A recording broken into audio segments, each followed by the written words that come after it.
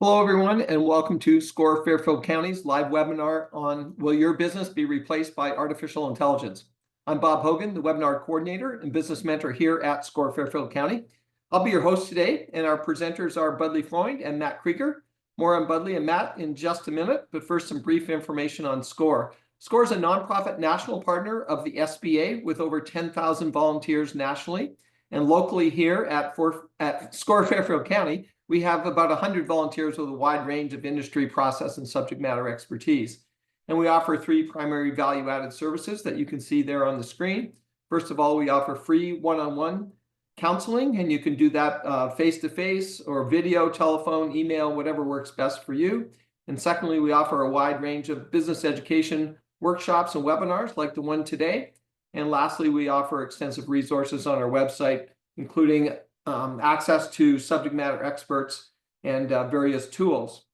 Our next webinar will be in the first week of January, which is Tuesday, January the 7th at noon. And you can attend that. And the topic is maximizing your brand's input through social media with Ramon Peralta presenting. And again, you can find more specifics on our website, fairfieldcounty.score.org. If you're on our website, we also have a large number of recorded webinars there that cover a wide range of business topics, and you can view those at any time just by clicking on on-demand webinars. Just some logistics about today's event. We have set aside time for Q&A at the end of the presentation. If you have a question, please use the Q&A button at any time during the presentation. It's generally located in the lower part of your screen. Our webinar will end sharply at 1 o'clock to respect your time. The session is being recorded, and a link to the recording will be available on our website within the next day or so. It's now my pleasure to introduce our speakers today. Freund has been self-employed for over 40 years. After graduating from Ithaca College, his national and international photo assignments were from corporate magazine and public relations clients. With the demise of film, he migrated into the digital world and has been providing IT solutions to homes and small businesses for over 20 years. As a certified SCORE mentor, he regularly presents technology webinars and workshops throughout Fairfield County. Matt Krieger is a technologist and executive with experience in IT, manufacturing, and nonprofit.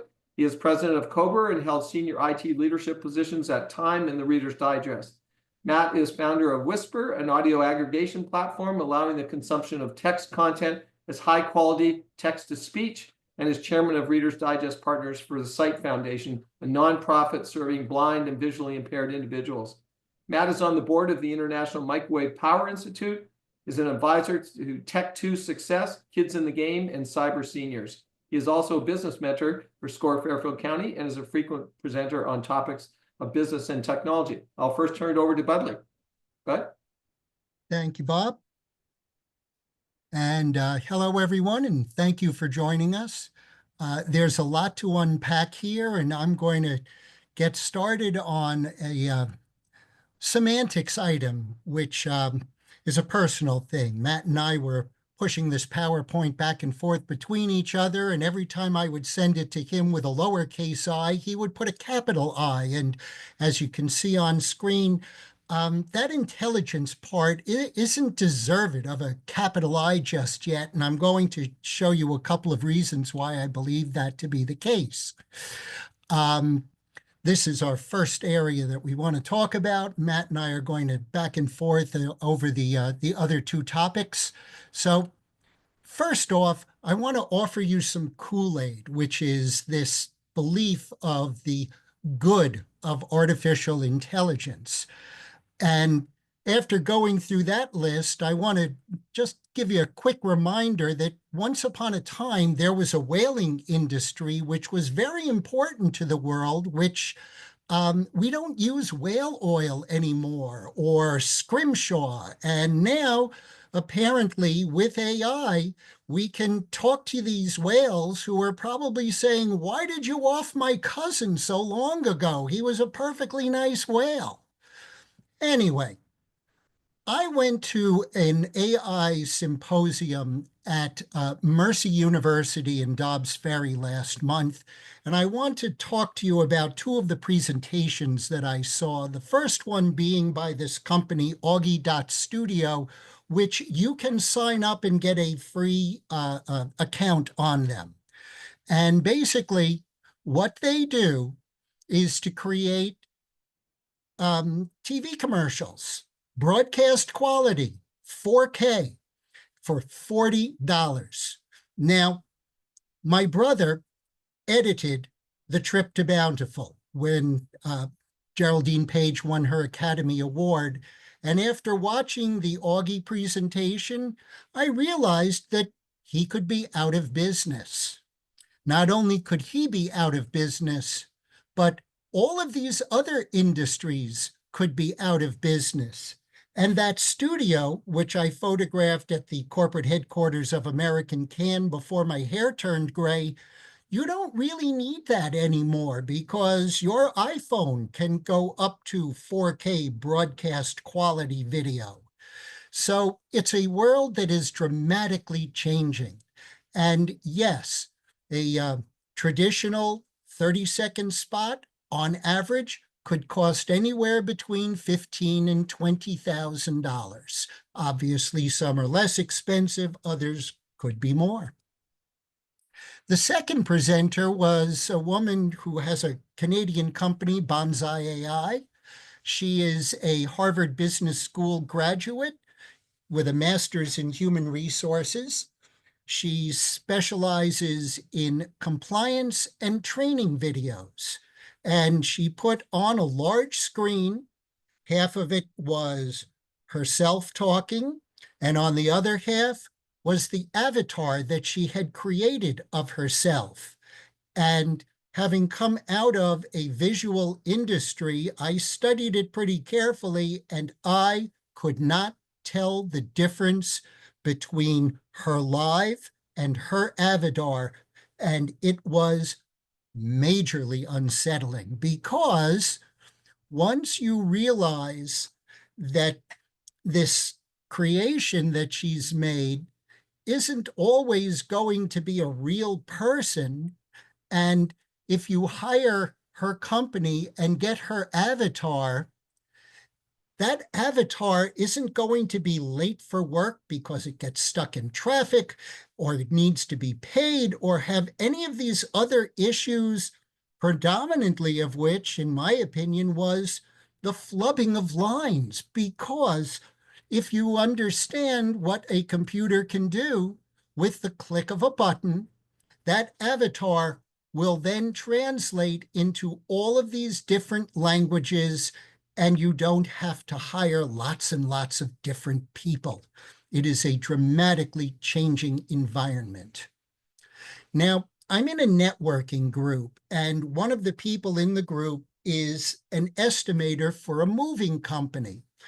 Those of you who've ever moved will know that somebody comes to your house before the moving truck, does a walkthrough with a clipboard and a piece of paper. They go into your den, they count the number of shelves you've got, they count the number of books that you've got, they scribble down all this information and send you an estimate of what it would cost. And I would suggest to you that within 3 to 5 years, this man could be having a problem because I believe you will be able to stand in the middle of your room. You will be able to shoot a photograph of each of your 4 walls. You will upload it to a website that multiple moving companies will be connected to, and they will be able to tell you that you've got 137 books that are going to require 14 boxes, and it'll take 2 guys an hour and a half to pack it all up, and it will cost you X amount of dollars to move from Connecticut to Arizona. And this guy, if he's not going to be building that website, is going to be losing his business to that website. So even LinkedIn is starting to note a drop in employment, and understand that from the far left, that wasn't even a megabyte of storage from IBM. And then in the days that I did photography, that was a floppy disk that you would replace in a client office. Now, all of this stuff can be sitting in the palm of your hand. I've been thinking of it as industrial Darwinism because it's going to be a survival of the fittest and figuring out how you are going to need to mutate so that AI doesn't take your work away. Now, I went to another AI seminar where the speaker is involved in cybersecurity, and you can read the quote right there because that was what he was telling an audience of about 30, 40 people.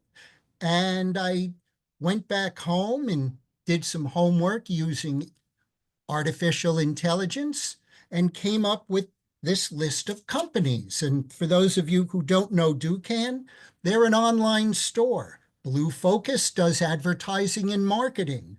Duolingo does language learning. Turnitin is a plagiarism detection software that universities would hire so students don't use AI to write their papers. And Klarna is an online payment solutions company.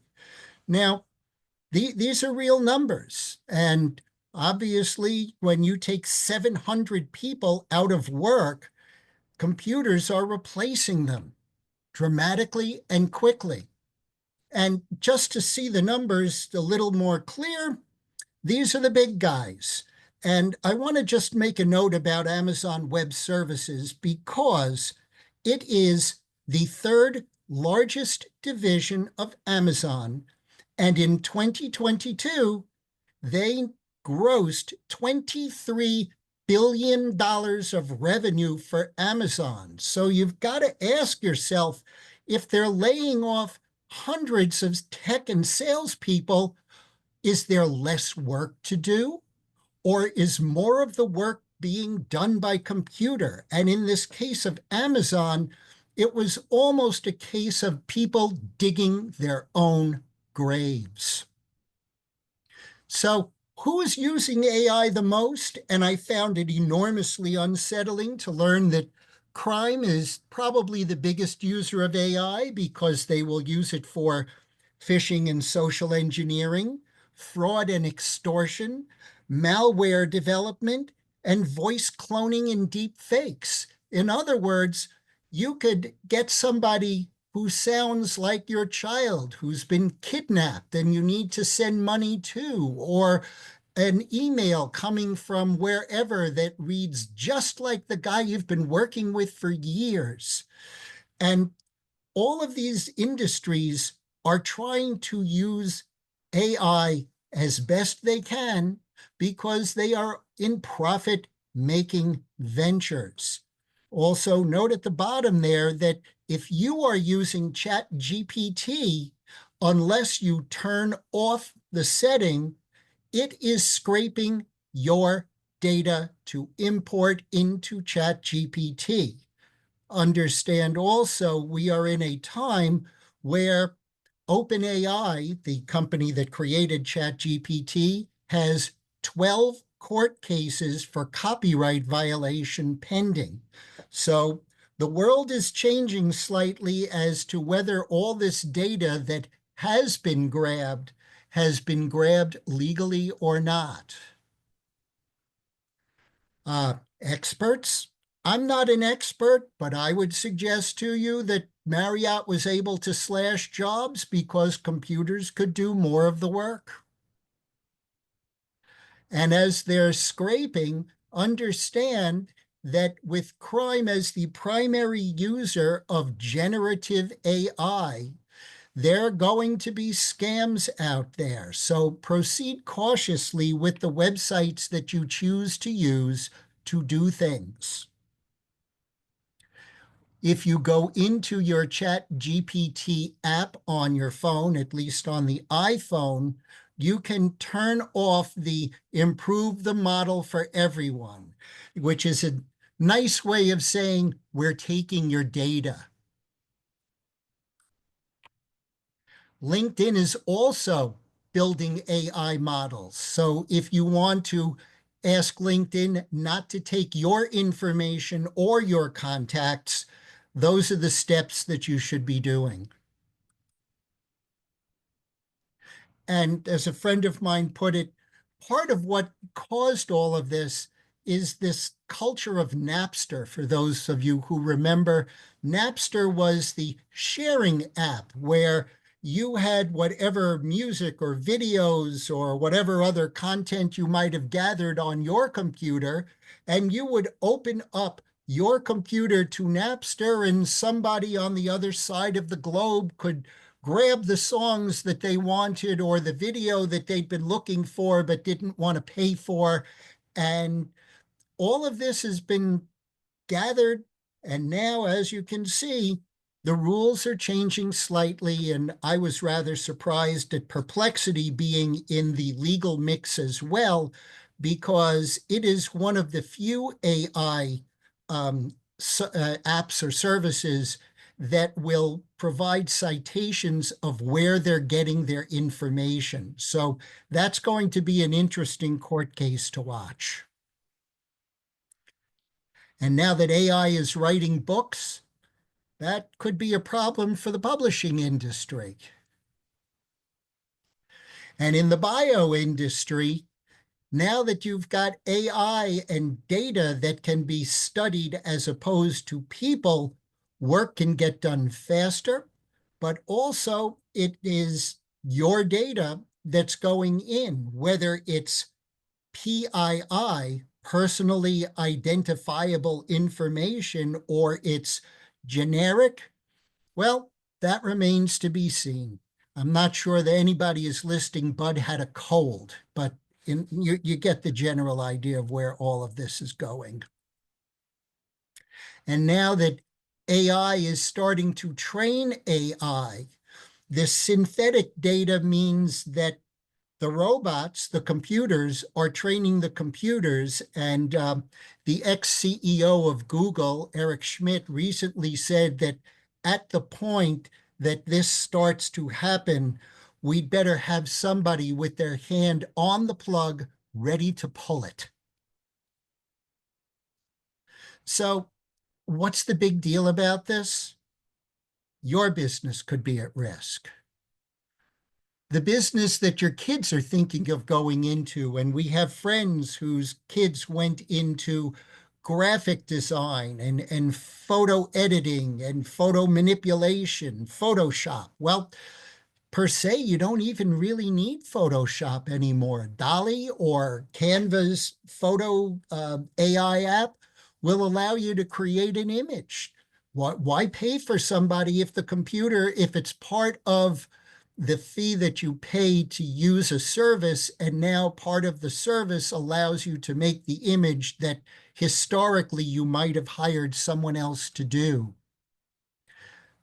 But this is where the world is going. And recently I was in New York at the Javits Center for the AI Summit, and noticeably not present was Microsoft. However, there were numerous companies that were there ready to make a lovely charcuterie out of your data. They will slice it and dice it and spread it out and report on it and analyze it. And I said to several of them, what happens to the people who were doing this work? And pretty much got that answer of the fellow of, well, I can't really say, but I can tell you that it's going to be done by computers, and it's either going to be done by my company or it's going to be done by another company doing the same things that I do. Now, when my daughter went off to high school, Ann Moriarty called and invited all of the parents to come in and welcome to the school. We have a few thoughts. And one of the thoughts that she gave was this notion that many of your kids are going to go into businesses that don't even exist yet. And my daughter was a poster child. Her first job was with WeWorks, which was the co-sharing office space monster that basically crashed and burned, and going to happen again. We are watching it happen right before our eyes. Now, if you've studied any of the those of us who know Star Trek, prime directives.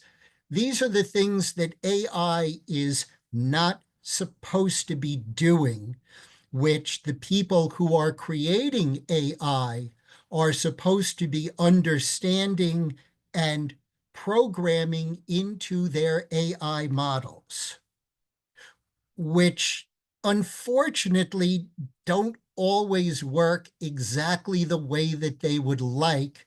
And in their vocabulary, it's called hallucinating. Now, I'm not sure that character AI, when they get into court over this suicide issue, is going to be hallucinating. But this is part of the vocabulary, and we are very early on in the learning stages. Now, this fellow Vivek Wadhwa made that statement in a Washington Post article 8 years ago, and it is still true today.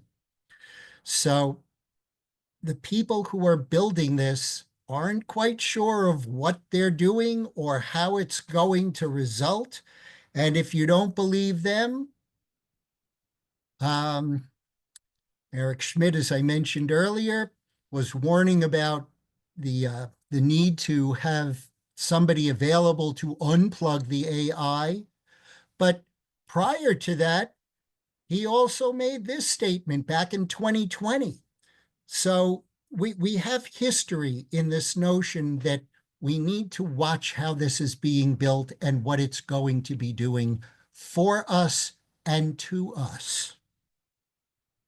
So Matt, why don't you let me know when you'd like me to switch slides and have at it, please. Sounds good. Can you hear me? Yes. Okay. So I'm gonna talk a little bit here about how to think about your business and how to think about AI. Um, when we look at AI as a technology, I think that it goes through several phases which are common to many new technologies. There's an initial phase which is hype and excitement and fancy demos. We're sort of in that stage now, maybe leaving it a little bit. There are the real business use cases, how to do things better, faster, how to be more productive. Certainly that is happening now. And then there is the transformational impact to your business and to the landscape. If you think back about when smartphones and mobile came out or the internet came out, if you're old enough to remember that, people were saying, what is this for? What is the purpose? And then in the end, the entire e-commerce and communications landscape globally changed as a result of those technologies. And so that future is yet to be seen. You'll know when we're approaching it once we stop talking about AI and it just is technology. You won't identify it as a separate thing anymore. Budley, could you advance? When looking at AI and your business, I recommend that you take two perspectives. One perspective is a view on how your back office operates. That is the things that happen behind the scenes, your bill paying, your procurement, your administrative functions, all of those things are potential opportunities to benefit from AI, automation, doing more with less people. All of those things are generally low-hanging fruit for you to look at in your business. And the amount of resources around that, particularly with SCORE, are quite plentiful. The other perspective, excuse me, is your customer-facing perspective. That is, how do these technologies and tools, how can they help you deliver and develop your product or your service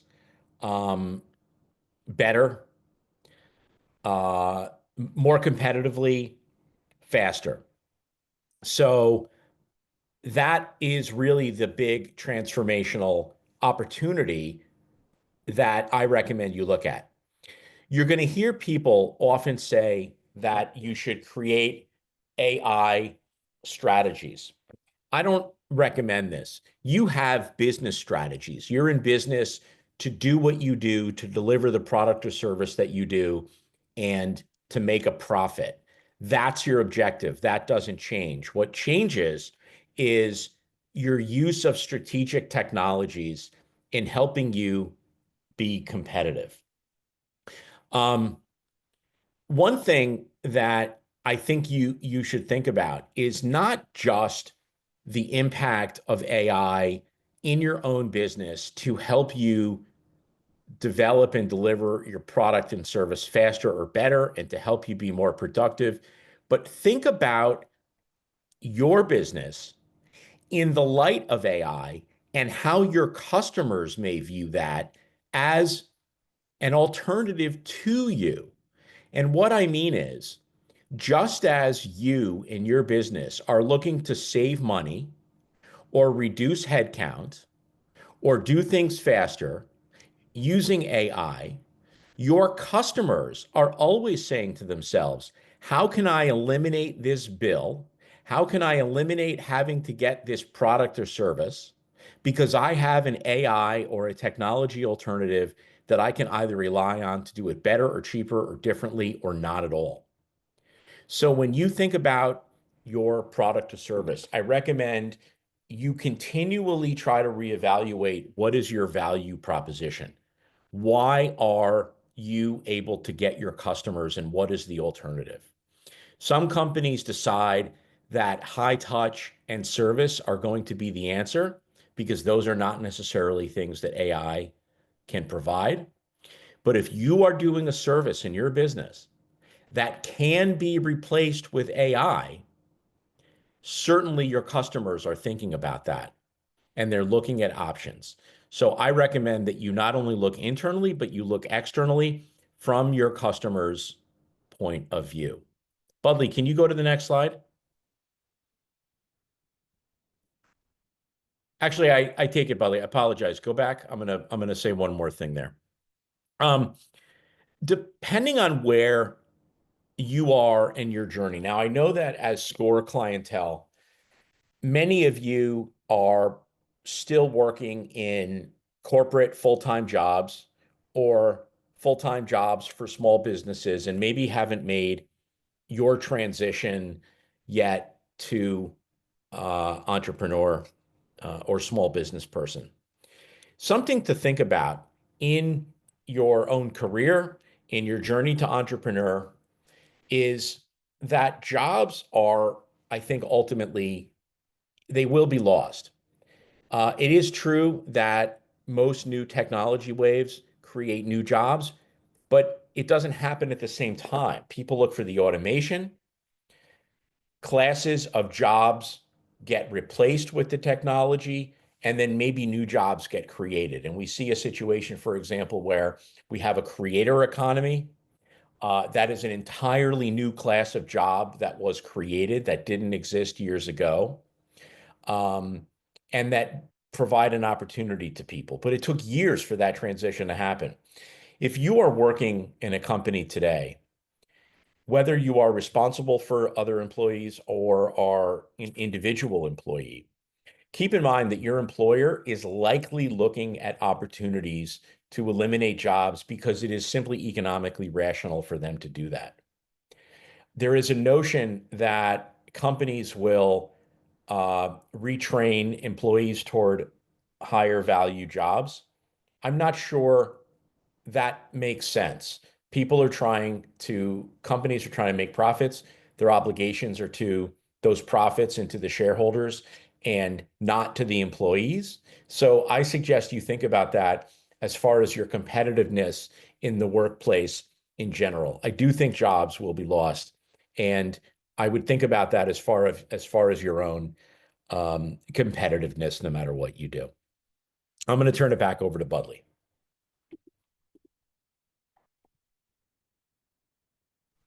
If I can get my audio to wake up, here we are. Okay. So we don't want to leave you in fear. Part of what my homework was in doing this was to find things that you can do to help yourself. So those of you who are familiar with Bitly's, I've already gotten these links. For those of you who've heard it before, if you add a plus sign to any Bitly link, it will be a stopgap between the place you're going and where you're going to. In other words, if you click on a Bitly link, you're going somewhere. If you type in the Bitly link and add a plus sign at the end and hit the enter key, it's going to tell you where you're about to go to. And if the website doesn't look good, you may not want to go there. But these are two different things I found in doing homework where you can find courses that may be able to help you. Matt, before you go back to I want to just offer two quick thoughts, and then I'm going to turn it back to Matt. The first one is in one of the presentations that I saw, and I know the presenter. I have heard on at least 4 different occasions that if you are in the accounting industry, there is going to come a point in time in the near future where you're going to type your data into whatever the website is or whatever the app is on your computer or smartphone, and all that analytics isn't going to be done by an accountant anymore. It's going to be computer generated. A lot of it is today already, as a matter of fact. One of the reasons I asked Matt to speak with me on this was that if you go into our library of webinars, he did a presentation a couple of months ago on how he was using AI in his business. And one of the examples that he showed was that he photographed the inventory that he had in his shop, making sure that the boxes had barcodes showing. So he shot a photograph of the boxes on the shelves with his smartphone, uploaded the photograph to, I believe, ChatGPT paid version, and asked it to create a spreadsheet of his inventory, which it did with SKU numbers, quantity numbers, the manufacturer of the product, and whatever other vital statistics you may want to add. To me, this was, again, one of those staggering events because when I was in high school, when dinosaurs roamed the earth, I had a summer job for a week or two at an old department store some of you may remember called E.J. Corvette, 8 Jewish Korean veterans. And they opened a regional department store in the New York metro area. And I was hired one blisteringly hot summer to go into the warehouse with a clipboard and a sheet of paper and a pencil and walk down aisles and count the number of folding chairs and the number of deck chairs and the number of tables and all of these inventory items. And I was one of 11 people who would go down the aisle, fill out our piece of paper, go back to the office, take a deep breath in the air conditioning, go back out again and fill out another piece of paper. Then Matt did this photograph and built this spreadsheet, and I saw 11 other guys out of work. One person in a half a day with an iPhone can photograph all of the aisles in the warehouse, upload those images into a computer, and the next thing you know, all of that inventory has been sliced and diced thanks to AI. Matt, back to you. Sounds good. So I touched on this a little bit earlier, but I'm going to dig into it now. One of the, most people out there who attend events like this are not technologists. It's not your job. It's not your hobby. You interact with technology because that's the world we're in, and you look at it, hopefully as a tool to do a job. Education here, educating yourself is truly important. You can't get a job today unless you know how to send email, unless you know how to use Microsoft Office or Google Docs, or how to use a smartphone. It's just table stakes. And that remains true for AI. As I said, within a few years, we won't use the term AI anymore. It'll just be a part of our technology. We tend to use terminology when it's new. We use terminology when there's friction. Once things just are integrated, you don't talk about it anymore. You don't talk about mobile. It just is there. You don't talk about the internet. It's just there. So educating yourself is, I think, incredibly critical. And there are no shortage of tools and videos. Start on YouTube, take a look at how to use ChatGPT, take a look at how to use Claude, take a look at how to use Perplexity, Google Gemini, and start to understand what interactions with these AI tools mean. The other thing I would be doing is, and again, we touched on this before, when you think about your business, I think you should think about your business really from three perspectives. One is looking at those back office functions, those administrative functions. How can we do more with the technology? How can we do more automation? Am I spending my time on spreadsheets today, doing manual comparisons? Can I automate that work using AI? Can I get the equivalent of a part-time employee by having data analysis done by a tool instead of by a person? Okay. Those are all basic blocking and tackling functions that allow you to do more throughput, push more units, push more dollars per hour.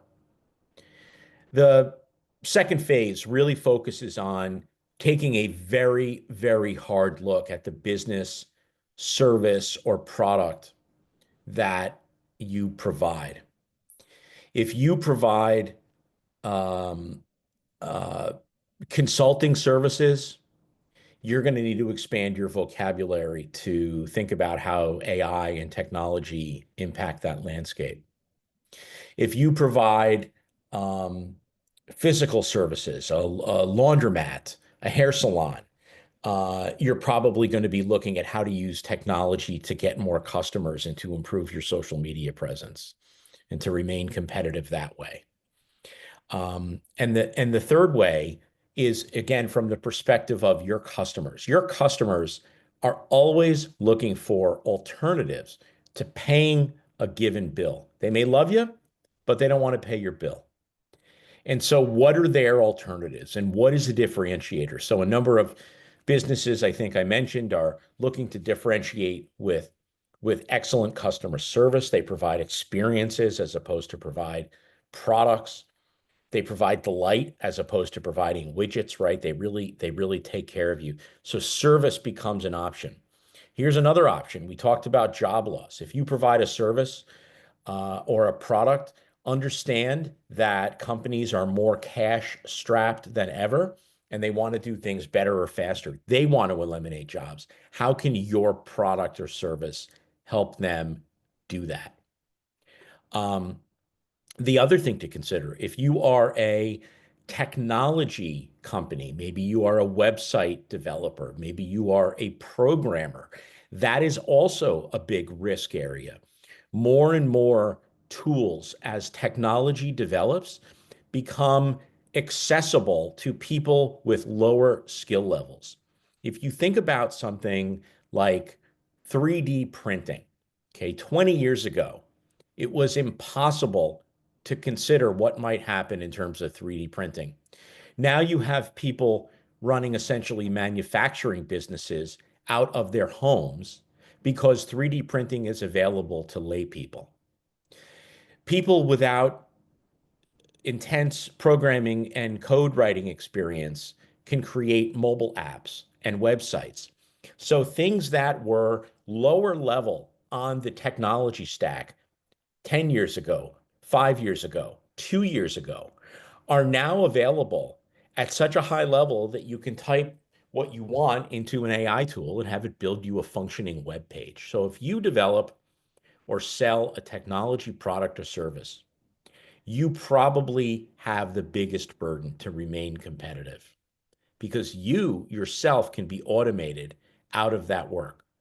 So I think that's very critical to look at. I would say the businesses that are in better shape today to remain competitive are service type businesses where the job is to solve a human problem and make a human connection. The other thing, finally, for this segment that I wanted to comment on is that this process is continuous and ongoing. You're not going to just look at this once. You have to continually remind yourself how competitive things are, and I think innovate accordingly. If you think about the rate of change of technology, sort of a hockey stick, it goes exponential. I'm not suggesting that you need to necessarily keep up with it, but you certainly need to be cognizant of these changes over time and adapt accordingly. All of that being said, it's really important to mention that business basics, that is financial disciplines, um, customer relationship management, budgeting and forecasting, product development, sales, all of these fundamental business disciplines remain important and the most important things, because at the end of the day, we're here to conduct real business, not fake business. And that real business is enabled with good business skills. Don't ever forget that. Don't get so wrapped up in trying to chase the technology that you forget that real business is what you're trying to achieve. So the Score Simple Steps program, I'll throw out a plug, is a really good way to achieve that. Budley, I'll turn it over to you. Thank you, Matt. And that is why I wanted Matt to be talking on this topic as well. So how do you beat them or join them? Well, my industry doesn't really do this in any fashion. So let me walk you through a couple of different industries, such as architecture, engineering, and construction, restaurants. Look at the increase in spending for AI just in general. And then there was this News Nation article where they gave very clear indicators of what tasks are going to be going to computers. Now, you may not want to use AI to fake your reports. And apparently there are enough companies out there now, like, where was that fella? Oh yeah, Turnitin, that would be able to identify whether the document you wrote was written by you or written by a robot. So be mindful of that as you go. Also, as I mentioned, crime is on the upswing with AI, gets even easier. And this one I found to be very interesting. Some of you who may run Photoshop, the notion that AI can build something and put a layer behind it that is literally transparent but contains information for someone else who knows that it's there to look for. So there's stuff going on, and as you saw earlier, the people building it aren't always quite sure of what's being built or what it's going to be able to do. Pretty soon you'll have airplanes without pilots. I've heard from several different places that the reason that there are still pilots on the planes is because people would get nervous if there wasn't one. But generally speaking, in many cases, the airplanes are flying themselves and the pilots are there in case there's a problem. And then there's going to be this autonomous plus, I guess would be an easy way to describe it, where AI is going to be who you talk to on your phone. The robot will figure out that you need to get a credit from the billing department, you need to get an order replaced in the shipping department, and without any other prompting, we'll know that these are the steps that need to be done. Agentic AI.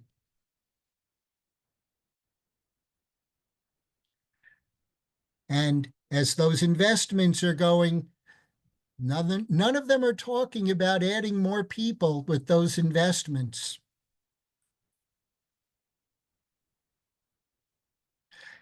And as all of this stuff becomes more personalized, the advertisements that you thought were personalized are going to become even more personalized. And it's happening already.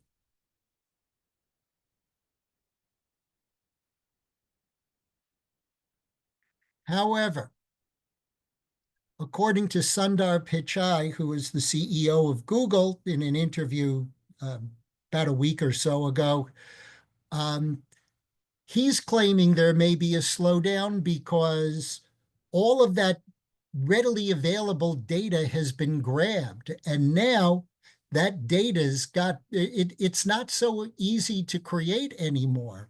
However, I forgot to include this. There was an article coming out of MIT where a professor took some bioproduct data, about a gigabyte's worth of data in his left hand, and he took a digital image of a Kandinsky painting and he put them together and he ran it through some sort of graphing charting AI system that he had come up with, and he created a better product. This is known as category theory, which in the world of mathematics is where two completely unrelated, dissimilar items are put together to try and find connections and similarities between them. A new area that's coming up. Bob, do we have any questions that we can answer for people? Thanks, Bud and Matt.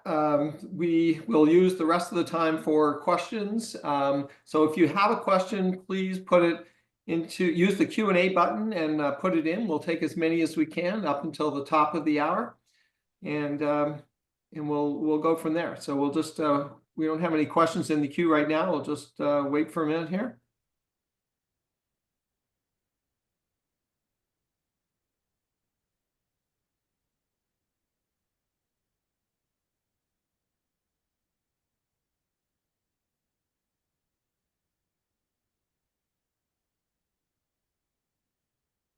Okay. We don't have a question, but we have a comment from Paula saying that there's so much here. It's too much to comprehend. So clearly there was a lot of information here today, and very valuable. But here's a question from Ken. Can you discuss private LLM development and how to leverage the public LLMs? Oh, large language models.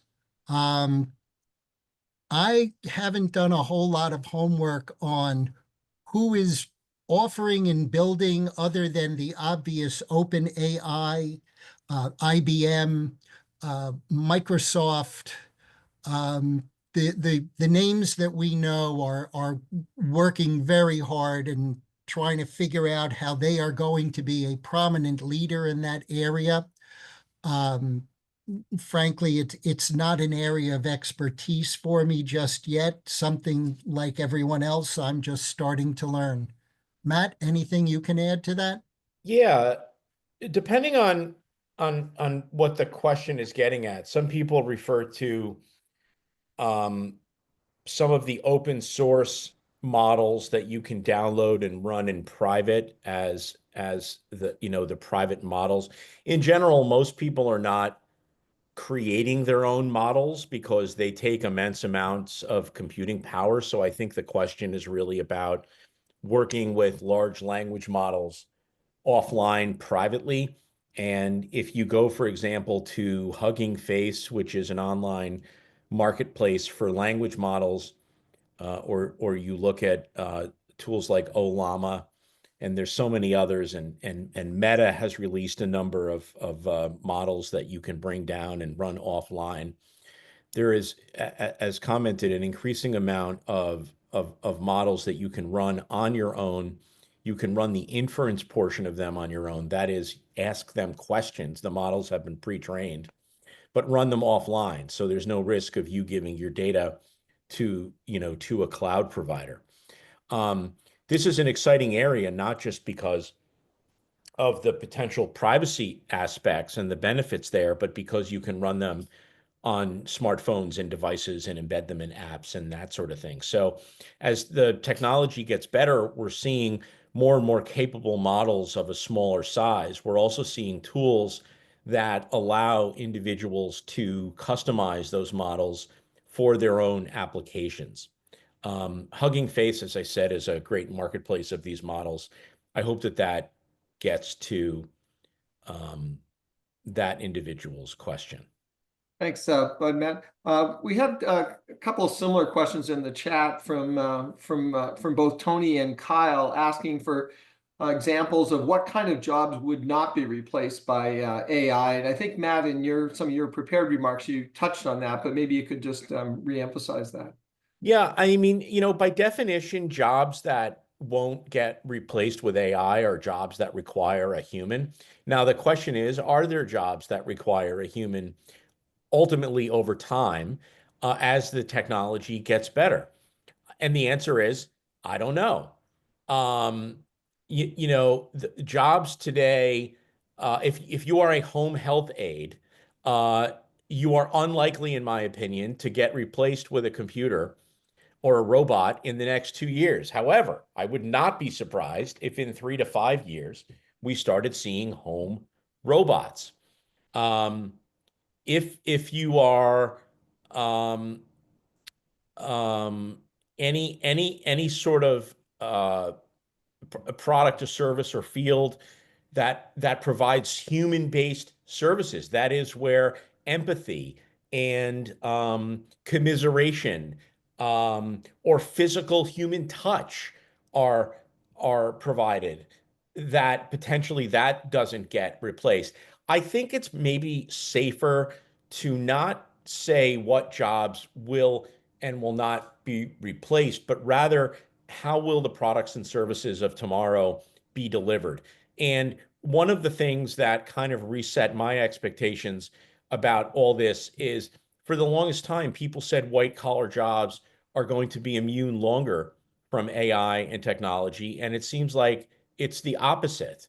It seems like the folks who are electricians and plumbers and painters are more assured employment in the upcoming years than are maybe even doctors or lawyers. And so to me, that was an interesting perspective that shows that our ability to predict this stuff is just not terrific.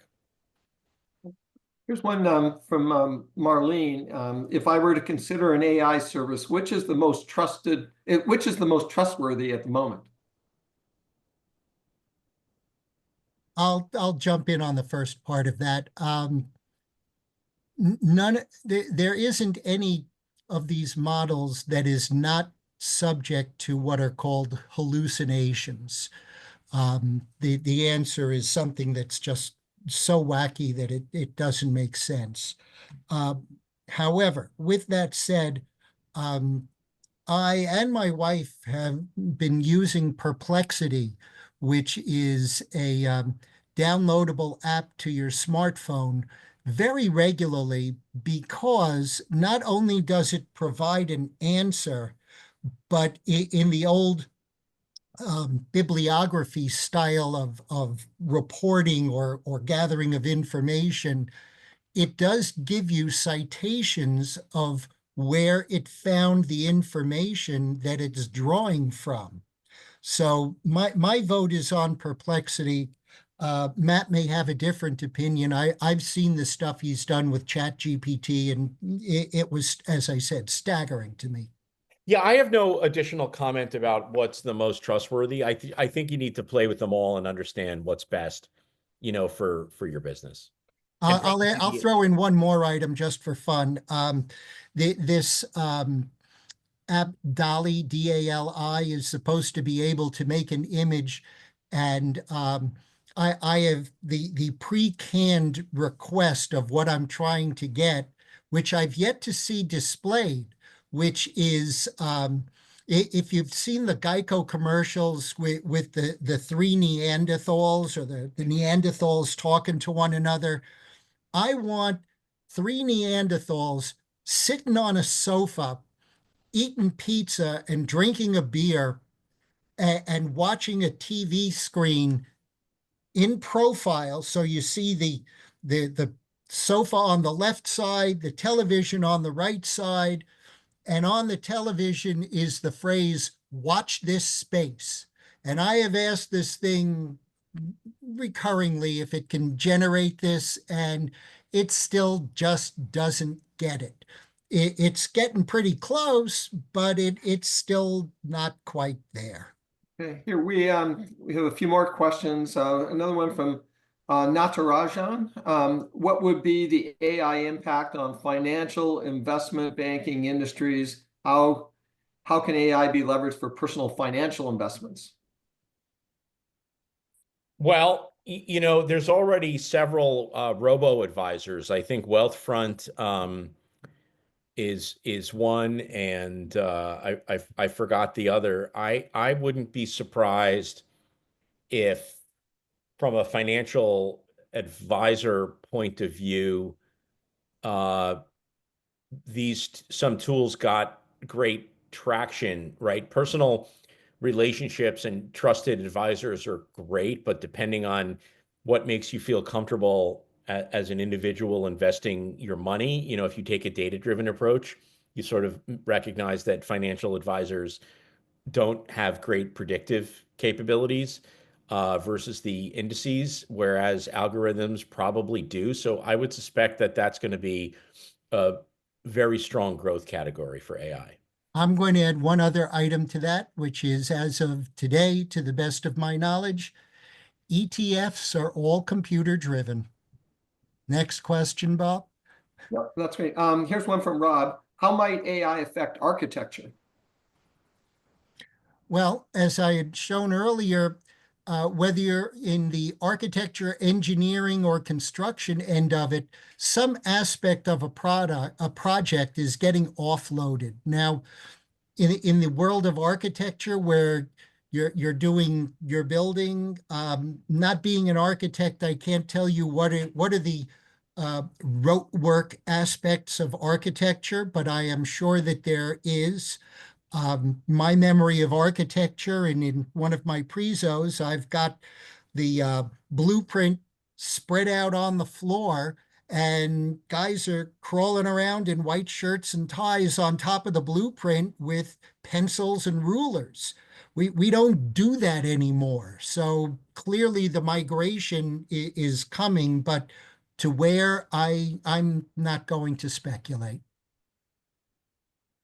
Very helpful. Here's one from Michael. Actually, he's got two here. So the first one is there are some AI services that are more privacy minded than ChatGPT and Perplexity that he'd like to know a little bit more about as well. And his second question: are there any advantages to buying an AI laptop versus a traditional laptop this season? I'll take an attempt at the second question. I'm not sure of the answer to the first question. The AI laptops, from the reviews I've been reading, have been sort of underwhelming. The technology from a software point of view has been a bit slower to develop, both on the Apple side and on the Microsoft side. My understanding too is when you buy a Mac, for example, all the Mac laptops have that built in, whereas on the Windows side, I think it's a product differentiator. They have Copilot plus AI PCs and then non-Copilot plus AI PCs. My understanding today of the price and performance of the Copilot plus PCs is that they may not quite be there yet, because the software, the Windows 11 that runs on top, may just not be there yet. So I would encourage you just to look at your total needs for a laptop and buy that way. But as I said, when you buy a Mac or you use an iPhone, they're all quote unquote AI PCs, but I think even Apple has been, admittedly quite slow to roll this stuff out. I think it's really early. It's still in the hype cycle. I think in a year, it's going to be a different story. We're essentially out of time, but Bud, do you have any comments on either of those two and before we wrap up? The only comment I'm going to add is that you can always spot the pioneers because they're the ones with the arrows in their backs. All right. Unfortunately, we are out of time, and that's all the time we have questions for today. Just as a reminder, the webinar has been recorded and the materials will be available within the next day or so on our website under on-demand webinars. Our next live webinar is on Tuesday, January the 7th at noon, and the topic is maximizing your brand's impact through social media with Ramon Peralta presenting. And again, you can find more specifics on our website, fairfieldcounty.score.org. And again, if you'd like to take advantage of the free individual counseling, you can use the link that you see on the screen, the yellow bit.ly link, or you can just go to our website and click on Request a Mentor. And we really would appreciate if you could fill out your evaluations for us. They really help us in future webinars going forward. And on behalf of SCORE, I'd like to thank everyone for attending today's live webinar. And in closing, a really big thank you to both Bud and Matt for presenting today. So happy holidays, everyone, and enjoy the rest of your day. Thank you all. Thanks, guys.